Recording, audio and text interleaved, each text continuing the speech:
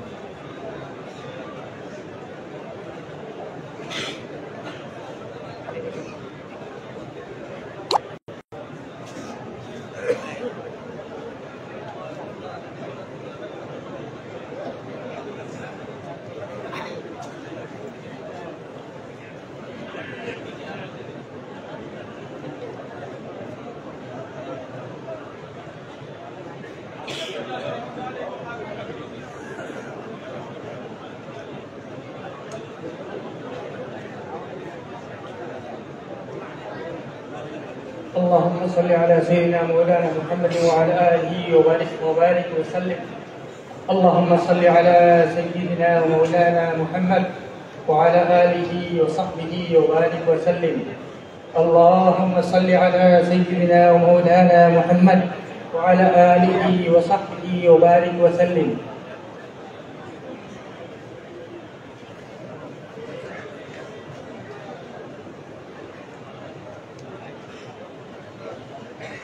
मेहमानाने किराम,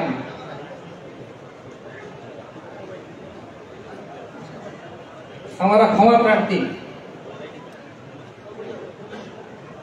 আপনাদের শায়ানে শান এবং যেভাবে একরাম এবং তাজিম এবং সম্মানের মর্যাদা দেওয়ার প্রয়োজন আমরা দিতে পারতেছি না, তাই নিজ গুণে আমাদেরকে মার্জনা করবেন এবং যে যেখানে স্থান পান এখানেই বসে জলসার সৌন্দর্যকে আরো বাড়াবার অনুরোধ জানানো হচ্ছে। এখন আমাদের সামনে বক্তব্য পেশ করবেন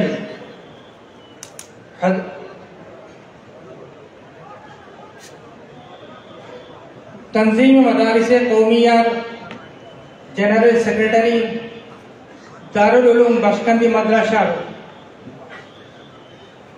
मेंबर शुरा हजरत मौलाना अब्दुल कादिर साहब अल कासिमी दावत बरकातुहुल आलिया।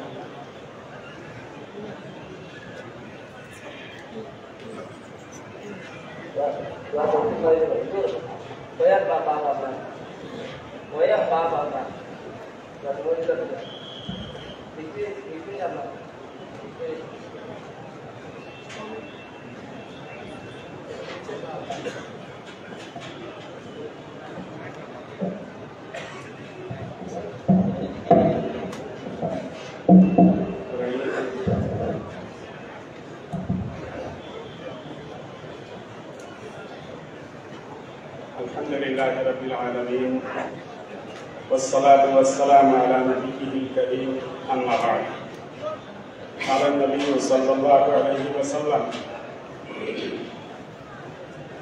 यकूनु दज्जालून व कज़्ज़ाबून सयअतूनकुम मिनल अहादिस बिमा लम तस्मउ अंतुम वला आबाउकुम व इय्याकुम व इय्याहुम ला युफ्तिनूनकुम वला युफ्तिनूनकुम औ कमा क़ाल अलैहि सल्लल्लाहु अलैहि वसल्लम। আজকের এই মহতী সভার পরম সম্মানিত সভাপতি আমার মুর্শিদ দারুল উলুম বাশকান্দি শেখুল জামিয়া উত্তর পূর্ব ভারতের আমিরে শরীয়ত হযরত সাহেবজাদা মুহতারাম, মঞ্চে উপবিষ্ট আমার অতি শ্রদ্ধার উস্তাদ हजरत मौलाना अब्दुल रहमान साहब राताबाड़ी, हजरत मौलाना फैजुल्लाह साहब चंद्रपुरी एवं दारुल हदीस जयनगर शेखुल हदीस हजरत मौलाना शेख मुफ्ती मोहम्मद अली साहब, जामिया गिरबाजार शेखुल हदीस अति प्रवीण आलिमे दीन हजरत मौलाना नसीरुद्दीन साहब, आसाम राज्यिक जमियत उलमार साधारण सम्पादक हजरत मौलाना अब्दुल रशीद कासिमी साहब एवं हजरत हाफिज बशीर अहमद कासिमी साहब समन्वित आसाम तथा उत्तर पूर्वांचलेर विभिन्न प्रांत থেকে এসে উপস্থিত হওয়া বিশিষ্ট উলামায়ে কেরাম, সম্মানিত মুরব্বী সমাজ, শ্রদ্ধার সুধীমণ্ডলী এবং বিশেষ করে আজকের এই অনুষ্ঠানের পরে মাদ্রাসার আনুষ্ঠানিক শিক্ষার লেখাপড়ার বৃত্ত থেকে বার হয়ে কর্মজীবনে যারা পা দিতে চলেছেন আমার অতি আদরের ফুজালায়ে কেরাম, হযরত সভাপতি সাহেব দুই তিনটি বিষয়ে আমাকে আপনাদের সম্মুখে কথা বলার আদেশ দিয়েছেন। তার মধ্যে সর্বপ্রথম কথাটা হয়েছে আল্লাহর নবী সাল্লাল্লাহু আলাইহি ওয়াসাল্লাম বলেছেন যে একটা সময় আসবে দুনিয়াতে এমন কিছু মিথ্যাবাদী লোকের সৃষ্টি হবে যারা আল্লাহর নবী সাল্লাল্লাহু আলাইহি ওয়াসাল্লামের নাম নিয়ে তোমাদের সম্মুখে এমনগুলো কথা উত্থাপন করবে, উপস্থাপন করবে, বর্ণনা করবে যে কথাগুলো না তোমরা কোনোদিন শুনেছ না কোনোদিন তোমাদের বাপ দাদা শুনেছ। সেই কথাগুলো দিয়ে তারা তোমাদেরকে যাতে গোমরাহ পথভ্রষ্ট করতে না পারে, ফিতনায় ফেলতে না পারে, তার জন্য তাদের কাছ থেকে তোমরা দূরে থাকবে এবং তাদেরকেও তোমাদের কাছ থেকে দূরে রাখবে। আমরা দেখতে পাচ্ছি মানব ইতিহাসকে অধ্যয়ন করলে দেখা যায় যখনই দুনিয়াতে কোনো হক এসেছে তার মোকাবিলায় বাতিল বাড়িয়েছে। হক এবং বাতিলের মাঝখানে একটা দ্বন্দ্ব ইতিহাস প্রসিদ্ধ মানব ইতিহাসের সাথে সংযুক্ত একটি বিষয়। কিন্তু যখন কোনো হক খুব শক্তিশালীভাবে দাঁড়ায়, একটা সিদ্ধান্তকর পরিবেশে স্টেজে পর্যায়ে পৌঁছে, তখন তার বিরুদ্ধে বাতিলও তার চাইতে সেভাবেই প্রস্তুতি নিয়ে তার মোকাবিলায় আসে। এখানে উলামায়ে কেরাম সবাই জানেন এবং আপনারা অনেকে জানেন, আল্লাহ রাসূল সাল্লাল্লাহু আলাইহি ওয়াসাল্লাম বলছেন কিয়ামতের পূর্বে দুনিয়াতে একটা সময় আসবে যখন দুনিয়া থেকে সমস্ত ফিতনা, সমস্ত ধর্মকে শেষ করে দিয়ে একমাত্র ধর্ম ইসলাম থাকবে। হযরত মেহদী রাদিয়াল্লাহু তাআলা আনহুর আবির্ভাব হবে। হযরত ঈসা আলাইহিস সালাম আবার দুনিয়াতে আসবেন, আসমান থেকে উনি অবতরণ করবেন এবং সমস্ত দুনিয়া থেকে সব ধর্মকে শেষ করে দিয়ে ইসলামী দুনিয়াতে থাকবে এবং সমস্ত দুনিয়াতে শান্তি বিরাজ করবে, শান্তি প্রতিষ্ঠা হবে, মানুষের মাঝখানে মারামারি, কাটাকাটি, দ্বন্দ্ব, ঝগড়া ফসাদ কিছু থাকবে না। সেই দিনটা যত সময় নিকটবর্তী আসতেছে, সমস্ত পৃথিবীব্যাপী একটা আন্তর্জাতিক চক্র, একটা ষড়যন্ত্রে নেমেছে যে সেই দিনটা যাতে না আসে বা সেই দিনটাকে যতটুকু পারা যায় যেন ঘুরিয়ে সরিয়ে দেওয়া যায়। এর জন্য তারা ইসলামকে বিভিন্নভাবে দুনিয়া থেকে শেষ করার জন্য বিভিন্ন সময়ে বিভিন্ন ষড়যন্ত্র রচনা করেছে। এক সময়ে মুসলমানকে দুনিয়া থেকে শেষ করার জন্য মারামারি, কাটাকাটির ব্যবস্থা করা হয়েছিল, কিন্তু পরবর্তী সময়ে তারা দেখেছে যে এদেরকে যত বেশি মারা হয় তাদের সংখ্যা তত বেশি বাড়ে। ইতিহাসের কথা আলোচনা করার সময় নেই, কিন্তু শুধু একটা কথা আমি বলবো যে ভারতবর্ষ 1947 সনে 15 আগস্ট তারিখে যেদিন স্বাধীন হয়েছিল, তার কিছুদিন, প্রায় মাসখানিক আগের থেকে মাসখানিক কিছুদিন পরে পর্যন্ত এমন একটা পরিবেশের সৃষ্টি করা হয়েছিল যে মুসলমানকে এই দেশ থেকে মেরে কেটে তাড়িয়ে দেওয়া হবে, শেষ করে দেওয়া হবে। কিন্তু আলহামদুলিল্লাহ স্বাধীনতার 80 বৎসর, প্রায় 80 বৎসর পরে সেই দিন যত সংখ্যা মুসলমান ছিল তার চাইতে অনেক গুণ বেশি মুসলমান আজকে দুনিয়াতে আছে, এই ভারতবর্ষের জমিনে আছে, আর সুস্থ এবং সঠিকভাবে আছে। তাই এই শত্রুরা এখন তারা এখন না, বিগত কিছু বছর থেকে, বরং কিছু দশক থেকে একটা নতুন পন্থা তারা আবিষ্কার করেছে যে ইসলামের নাম নিয়ে মুসলমানকে পথভ্রষ্ট করার চেষ্টা করা হোক। ইসলামের বিরুদ্ধে দাঁড়িয়ে গেলে, ইসলামের বিরুদ্ধে খোলাখুলি মোকাবিলা করলে মুসলমানরা সেটাকে স্বীকার করতে চায় না। এজন্য ইসলামের নাম নিয়ে, ইসলামকে, মুসলমানের নাম নিয়ে ইসলামকে দুনিয়া থেকে শেষ করবার কিছু ষড়যন্ত্র তারা শুরু করেছে। আর যে কথাটার পূর্বাভাস ভবিষ্যৎবাণী প্রিয় নবী সাল্লাল্লাহু আলাইহি ওয়াসাল্লাম করে গিয়েছেন, সায়াকুনু ফি উম্মতি কাযযাবুন সালাসুন কুল্লুহুম ইয়াকুনু নাবিয়্যুন ওয়া আনা খাতামুন নাবিয়্যিন লা নাবিয়্যা বাদি, আও কামা ক্বালা আলাইহিস সালাতু ওয়াস সালাম। হাদিস পাকের সংক্ষিপ্ত তরজমা, নবী পাক আলাইহিস সালাম বলেছেন, আমার উম্মতের মধ্যে বড় বড় 30 জন মহামিথ্যাবাদীর সৃষ্টি হবে। ছোট ছোট তো অনেক হবে, অসংখ্য হবে, কিন্তু বড় বড় 30 জন মহামিথ্যাবাদী হবে যারা নিজেদেরকে নবী বলে দাবি করবে এবং আল্লাহ নবী বলছেন, আনা খাতামুন নাবিয়্যিন, আমি সর্বশেষ নবী, আমার পরে আর কোনো নবী আসবে না। সেই দুনিয়াতে নতুন নবুয়তের দাবিদার কিছু লোক তৈরি হয়েছেন। মাঝখানে কিছুদিন ইউটিউবের মধ্যে খুব প্রচার চলেছে, একজন মানুষ খুব সুন্দর ফুল টুপি মাথায়, লম্বা পাঞ্জাবি, হাফ কোট, চেহারা দাড়ি, আর খুব স্পষ্টভাবে বলছে আমি আখেরি নবী। মিডিয়া প্রশ্ন করতেছে, তুমি কি শেষ নবী? হ্যাঁ, मैं आखिरी नबी हूँ, मैं आखिरी नबी हूँ, मेरे पास नबी आती है। কোনো আগে পাশে কোনো কথার সাথে কোনো কথার মিল নাই, মাঝখান থেকে সে নবী। এই ধারাবাহিকতার মধ্যে সমস্ত পৃথিবীতে সবচাইতে বেশি যে লোকটা বিস্তার লাভ করেছিল তার নাম হয়েছে মির্জা গোলাম মোহাম্মদ কাদিয়ানী। আর তার বিস্তৃতি লাভ করার পিছনে একটা ঐতিহাসিক পটভূমি রয়েছে। তখন সমস্ত পৃথিবীতে 1800 শতাব্দীর যে শতকটা ছিল, সেই শতকটা ছিল সমস্ত পৃথিবীতে মুসলমানদের জন্য বড় বিড়ম্বনা, বড় দুর্যোগপূর্ণ, বড় চ্যালেঞ্জ এবং প্রত্যাহ্বানের শতাব্দী। সেই শতাব্দীতে অনেক কিছু হয়েছে এবং সেই সুযোগেই ইংরেজরা মির্জা গোলাম মোহাম্মদ কাদিয়ানীকে মুসলমানদের বিরুদ্ধে, ভারতের স্বাধীনতা সংগ্রামের বিরুদ্ধে ইংরেজের সহায় সহযোগিতার জন্য তাকে তৈরি করেছিল। এই পৃথিবীর একটা বড় শক্তি তার পিছনে থাকার জন্য মির্জা গোলাম মোহাম্মদ কাদিয়ানী খুব কম সময়ের মধ্যে অনেক প্রচার এবং প্রসার লাভ করেছিল, অনেক লোক তার পিছনে তৈরি হয়েছিল। আলহামদুলিল্লাহ আমাদের আকাবিরিনদের মেহনতে তারা আজকে একটা সীমিত পর্যায়ে পৌঁছেছে। আগের মতো তাদের যেভাবে প্রচার প্রসার ছিল সেভাবে তারা আজকে নেই, কিন্তু সেই কাদিয়ানীদের একটা নতুন রূপ গত প্রায় 30 বছর থেকে সৃষ্টি হয়েছে ভারতবর্ষকে কেন্দ্র করে। সেটা হয়েছে শকিলিয়তের ফিতনা। শকিল বিন হানিফ নামের একজন ব্যক্তি যার বিহারে জন্ম হয়েছিল, সে তাকে মেহেদি বলে দাবি করেছে এবং তার ফতোয়া হলো যে আমাকে মেহেদি বলে বিশ্বাস করবে না, তাকে জাহান্নামে যেতে হবে। এই আলোচনার সময় নিয়ে আমি শুধু নাম বলছি।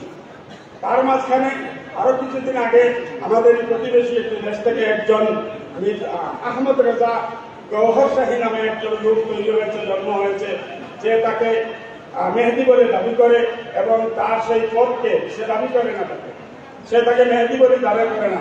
কিন্তু তাকে যখন জিজ্ঞাসা করা হয়েছিল আপনি কি মেহেদি, তো বলছে আমি তো বলি না, আমাকে তারা বলে তাদেরকে জিজ্ঞাসা। এই কথাটা এই জন্য বলছে যে আল্লাহ নবী সাল্লাল্লাহু আলাইহি ওয়াসাল্লাম বলছেন কিয়ামতের পূর্বে যখন মেহেদি দুনিয়াতে আসবেন, মেহেদির সমস্ত পরিচয়ের মধ্যে একটা পরিচয় হবে ইমাম মেহেদি নিজেকে মাসি বলে দাবি করবেন না।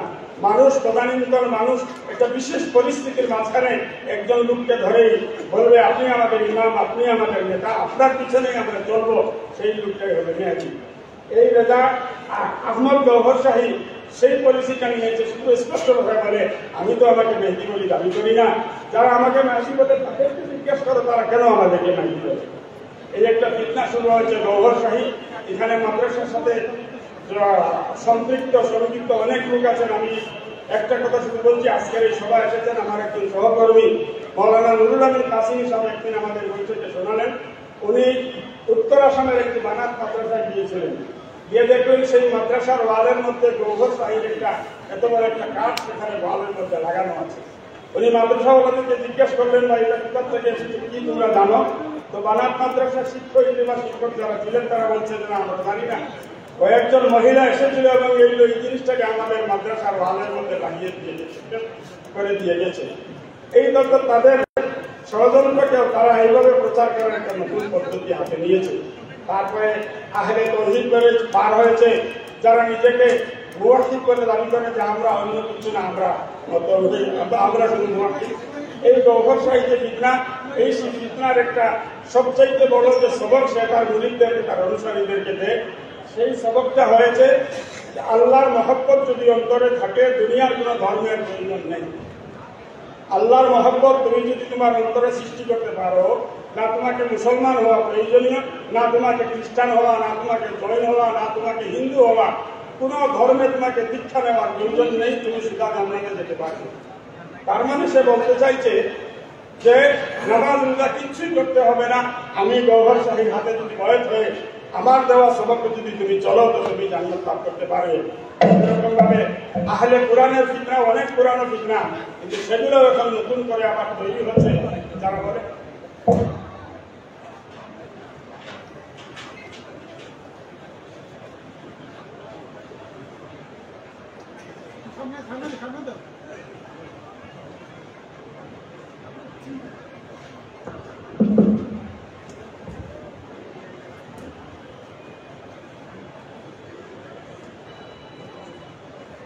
এইভাবে সে বলতে চাইছে যে নামাজ রোজা কোনো ইবাদত বন্দেগীর প্রয়োজন নেই। আহলে কোরআন যারা হচ্ছে তারা বলছে হাদিসের কোনো প্রয়োজন নেই, হাদিস ছাড়াই শুধু কোরআন নিয়ে মানুষ হেদায়েত লাভ করতে পারবে। আজকের থেকে অনেক বছর আগে এই বরাকবেরির একজন লোক হুজাই এলাকায় গিয়ে বলছিল মক্কাও নেই, মদিনাও নেই, হাদিসও নেই, কিচ্ছু নেই, কোরআনই সবকিছু, কোরআনের মধ্যে যা কিছু আছে সবকিছু তাই যথেষ্ট, অন্য কিছু রাখবে না, নামাজও পড়তে হবে না, রোজাও রাখতে হবে না। সেই এলাকার কিছু নতুন নতুন আলিম ওলামা আমাদের সাথে সাক্ষাৎ করতে গিয়েছিলেন, বলছে তোমরা কে, তোমাদের সাথে আমরা কথা বলতে চাই না। আমার সাথে কথা বলতে যদি হয় তখন মাওলানা আব্দুল জলিল সাহেব রহমতুল্লাহ আলাইহি, রাগিবি সাহেব রহমতুল্লাহ আলাইহি জীবিত ছিলেন, বলছে আমার সাথে যদি কথা বলতে হয় তোমাদের রাগিবিকে নিয়ে আসো, তোমাদের অমুককে নিয়ে আসো, আমি তোমাদের সাথে কথা বলবো না। তার সাথে কিছু লোক আশ্চর্যজনক ভাবে তার সাথে কিছু লোক তার অনুগামী হয়েছিল একদিন এই জায়গায় সে বসেছে, ওইগুলো আলোচনা করতেছে। একজন মুসলমান দাঁড়িয়ে হাতে একটা রড দিয়ে বলছিল যে আজকে তোমার সাথে আমার এই রডের দ্বারা ফয়সালা হবে। ওখান থেকে যে গিয়েছিল তারপরে আর কোনোদিন সেই জায়গায় যায়নি। বলার উদ্দেশ্য হচ্ছে এইভাবে বিভিন্ন দিক থেকে মুসলমানকে বিভ্রান্ত করার জন্য ইসলামের নামে ফিতনা চলছে। সেই ফিতনা থেকে আমরা বাঁচবো কি করে, সেই বাঁচার একটা সংক্ষিপ্ত পদ্ধতি, আমি দুটো পদ্ধতি বলছি। প্রথম পদ্ধতি হয়েছে আমাদের যারা নবপ্রজন্ম, আমাদের যারা নসলের নতুন যারা আমাদের সন্তান ভবিষ্যৎ প্রজন্ম আসছে, তাদের জন্য দিনের বুনিয়াদি ইলমের জন্য সওয়াহি মক্তবের ব্যবস্থা, যেটা আমাদের উলামায়ে কেরাম ভারতবর্ষের জমিয়ত উলামা এবং বিভিন্ন সংগঠনের উলামায়ে কেরাম মিলে 1952 সালে 1952-তে দ্বীনি তালিমি বোর্ড গঠন করেছিলেন। সেই দ্বীনি তালিমি বোর্ডের সঙ্গে আসাম তথা ভারতবর্ষের বিভিন্ন জায়গায় সব জায়গাতেই মক্তবের প্রচলন আছে। জমিয়ত উলামায়ে হিন্দ দ্বীনি তালিমি বোর্ড ইদানিংকালে যেহেতু স্কুলের পড়াশোনার সময়সূচি যথেষ্ট পরিবর্তন হয়েছে, তাই দ্বীনি তালিম বোর্ড জমিয়ত উলামায়ে হিন্দ আমাদেরকে এখন বলছেন যে পুরানো মক্তবের সিস্টেমগুলোকে পরিবর্তন করে এখন প্রাইভেট স্কুলে যেভাবে বাচ্চারা পড়ে সেইভাবে একজন শিক্ষক 20 থেকে 25 জন বাচ্চা আর 1 ঘন্টা সময়, 1 ঘন্টার বক্তব্য তোমরা তোমাদের মসজিদের মধ্যে মহল্লার মধ্যে কায়েম করো, যাকে মুনজ্জম বক্তব্যের নাম দেওয়া হয়েছে। যে মুনজ্জম বক্তব্যের মধ্যে 1 ঘন্টা করে একজন বাচ্চা যদি 5 বছর পড়ে, তবে ইনশাআল্লাহ না জানার জন্য দুনিয়ার কোনো মানুষ তাকে গুমরা করতে পারবে না। মানুষ যে গুমরাহি ফিতনার মধ্যে পড়ে 2 রকমের মানুষ পড়ে। কিছু লোক জেনে শুনে নিজের খ্যাতি অর্জনের জন্য, আর্থিক লাভের জন্য, পার্থিব লাভের জন্য কেউ ফিতনার মধ্যে পড়ে, তাদের কথা আলাদা। কিন্তু যারা না জেনে না বুঝে ফিতনার মধ্যে লিপ্ত হয়, ফিতনায় পড়ে যায়, ফিতনার শিকার হয়ে যায়, ওই রকম আমার এবং আপনার সন্তান, তাদেরকে আমরা ওই মক্তবের ভালোভাবে শিক্ষার যদি ব্যবস্থা করি, ইনশাআল্লাহ তাদেরকে কেউ গুমরা করতে পারবে না। এই মুনজ্জম মক্তব। আর দ্বিতীয় কথাটা হয়েছে, দ্বিতীয় পরামর্শটা হয়েছে আপনাদেরকে, আমাদেরকে সবাইকে উলামায়ে হক্কানি রব্বানির সাথে আমাদের সম্পর্ক গড়ে তুলতে হবে। আমাদের কাছে যখন যদি কোনো জায়গায় কোনো মানুষ ওইরকম কোনো কথা নিয়ে আসে, যে কথাগুলো সে বলছে, সেই কথাগুলো শোনার পরে আমি যদি দেখি দিন ধর্ম সম্পর্কে আমার যতটুকু জ্ঞান আছে, সেই জ্ঞান দিয়ে তার কথাগুলোর জবাব আমি দিতে পারবো, বা আমি বুঝতে পারতেছি যে সে কথাগুলো সত্য বলছে না ভুল বলছে, তখন তো আমি সেটা মোকাবিলা করব। আর যদি আমি দেখি যে না, আমার অধ্যয়ন বা আমার জ্ঞানে সেটা ঢুকে পাচ্ছে না, আমি সেখান পর্যন্ত পৌঁছতে পারছি না, তবে তার পরবর্তী দ্বিতীয় দায়িত্ব হয়েছে আপনার সেই লোকটাকে হাত ধরে করে একজন ভালো আলিম সাহেবের কাছে নিয়ে যাবেন, তাকে বসিয়ে দিবেন যে ভাই এই মৌলানা সাহেবকে তোমার কথাগুলো সম্পর্কে তুমি বুঝিয়ে বলো, ওনাকে যদি তুমি কনভিন্স করতে পারো, তবে উনি বলে দিলে সমস্ত এলাকার লোক তোমার কথা এসে যাবে, তোমাকে আর মেহনত করতে হবে না। ইনশাআল্লাহ ইতিমধ্যে আমরা দেখেছি, আমাদের অভিজ্ঞতার কথা বলছি, যে কোনো বাতিল মতবাদের প্রচারককে কোনোদিন আপনি কোনো আলিমের কাছে নিয়ে যেতে পারবেন না। এই যে মাঝখানে আমি বলছিলাম শকিলি ফিতরার কথা, সেই শকিলিরা স্কুল কলেজে যারা আমাদের ছেলে মেয়ে পড়ে, তাদেরকে টার্গেট করে, তাদেরকে লক্ষ্য করে মেহনত করে, এবং যেগুলো তাদের পাশে ফিরে তাদেরকে প্রথম যে সবকটা দেয়, সেই সবকটা হয়েছে আজকের দিনের আলিম উলামা কোরআন হাদিসকে বুঝে না, পরের তথ্য প্রযুক্তি সায়েন্স টেকনোলজির জ্ঞান নেই, কোরআন হাদিসকে কিভাবে সায়েন্স টেকনোলজির মাধ্যমে ব্যাখ্যা বিশ্লেষণ করতে হয় এইসব এরা জানে না। গতিকে ওদের পাশে গেলে তোমরা কোরআন বুঝতে পারবে না, দিন বুঝতে পারবে না, ওদের পাশে তোমরা ভিড়বে না।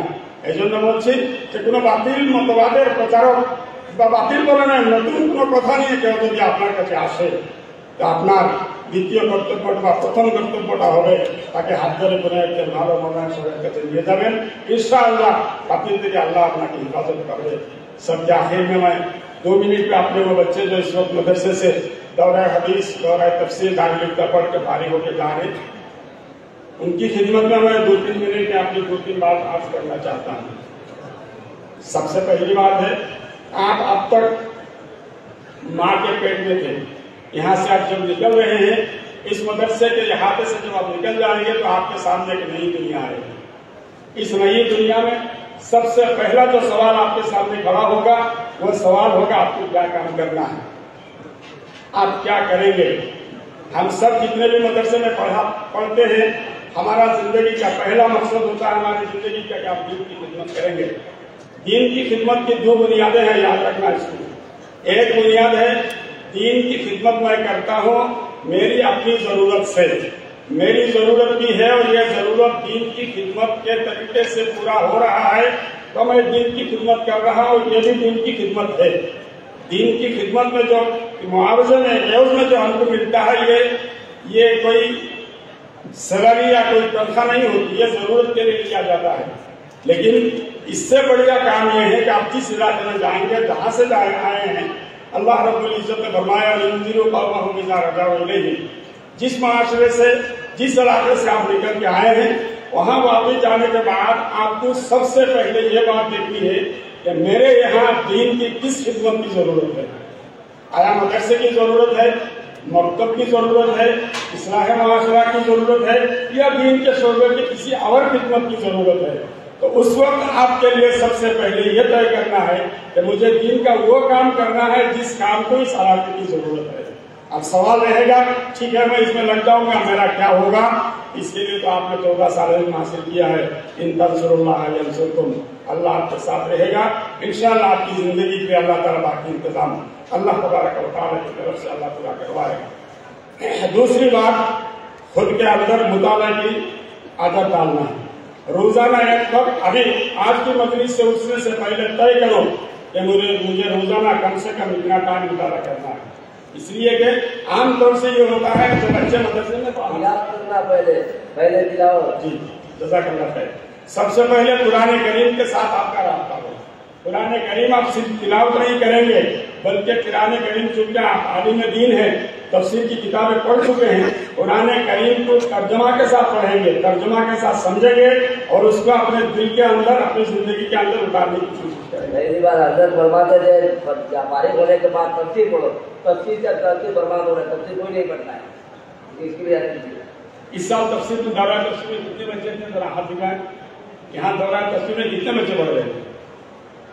माशाल्लाह है, सब इब्तिदा पढ़ते हैं, आदत पढ़ते हैं, लेकिन आपसे तब से यही कुरान बचाने के लिए सारी जिंदगी तालीम है। ये पढ़ते ही नहीं, जानते ही नहीं, वहाँ बेवकूफ़ बना देते तफसीर, गलत तफसीर करें, पढ़ते नहीं वो कादियानी तफसीर भी मुख्तलिफ तफासिर है, गलत तफसीर को हम जानते ही नहीं। हम कुरान पढ़ते हैं, कुरान जानते ही नहीं, कुरान तफसीर नहीं जानते, तर्जुमा नहीं जानते। उसके लिए आइंदा का साल सब तफसीर में आओ। हज़रत शेखुल जामिया की तरफ से हज़रत कुतुब आलम शेखुल हदीस रहमतुल्लाह अलैहि के हवाले से आप सभी हज़रात को मशवरा है, जो बच्चे इस वक्त दौरा हदीस इस साल पढ़ के जा रहे हैं, सभी बच्चे कोशिश करें थे दौरा तफसीर के लिए यहाँ दोबारा आएंगे और दौरा तफसीर पढ़ के वजीफा भी देंगे इंशाअल्लाह, शादी भी देंगे इंशाअल्लाह। शादी भी करवाएंगे। कोई बुढ़ा दाखिला लेगा तो कोई बुढ़ा दाखिला लेगा तफसीर में, उसका भी एक काम तो ये करना है आपको। दूसरा काम यह है आपको मुताले की आदत डालनी है, और मुताला में सबसे पहले अपने बुजुर्गों की सवारी, अपने बुजुर्गों के हालात को सबसे ज्यादा जानने की कोशिश करनी है। ये बात मैं इसलिए कह रहा हूँ, नए नए फिजाना जो काम के मैदान में जाते हैं तो सब अक्सर, सबकी बात नहीं, अक्सर बच्चे अपने अपने हिसाब से काम का नया मैदान, नई तंजीम, नया कुछ करने की कोशिश करते हैं। इसके लिए जरूरी है कि आप अपने बुजुर्गों की सवारी को मुताला करें। इससे आपको दो बड़े बड़े फायदे होंगे। पहला फायदा होगा, आप जब अमल के मैदान में जाएंगे तो मुख्तलिफ किस्म के हालात आपके सामने आएंगे, नामुनासिब, नामुसाइद हालात आएंगे। बुजुर्गों की जिंदगी अगर सामने होगी तो इन हिम्मत शिकन हालात के अंदर आपको हौसला मिलेगा, काम के लिए रहनुमाई मिलेगी। तो ये फायदा आपको होगा, और अपनी जिंदगी में कैसे आगे चलना है उसके लिए भी आपको रहनुमाई मिलेगी। और किसी न किसी बड़े बुजुर्ग के रहनुमाई में, तरबियत में रह के अपनी जिंदगी के लिए न समझे कि मैं फारिग हो चुका हूँ, अपना मुकम्मल हो चुका हूँ। हम इस मदरसे से जिस दिन फारिग होकर जा रहे थे तो हजरत मौलाना अब्दुल वारी साहब रहमतुल्लाह अलैहि, शेख सानी और हजरत शेखुल हदीस रहमतुल्लाह अलैहि फरमाया करते थे हर साल अपने बच्चों को, ये मत समझो कि आलिम बन गए हो, ये समझो कि तुम्हारी गाड़ी पटरी पे लगा दी गई है, आगे चलाओगे तो गाड़ी आगे चलेगी, रुक जाओगे तो यहीं पे रुक के रह जाओगे। अल्लाह ताला हमें तौफीक नसीब फरमाए। वाखिर दावाना अल्हम्दुलिल्लाह। वादा करो आइंदा कौन रहेगा, वादा करो सब काम वादा करो, बोल सबकी वादा करो, हाथ पाओ, वादा कसम खाओ।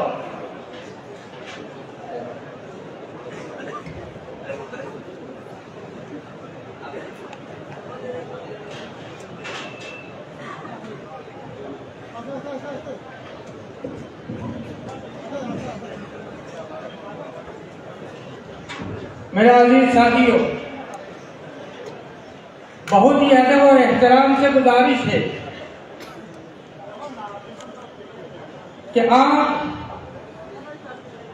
जलसे के वक़ार और उसके निज़ाम को खूबसूरत बनाने में हमारा ताउन फरमाएंगे।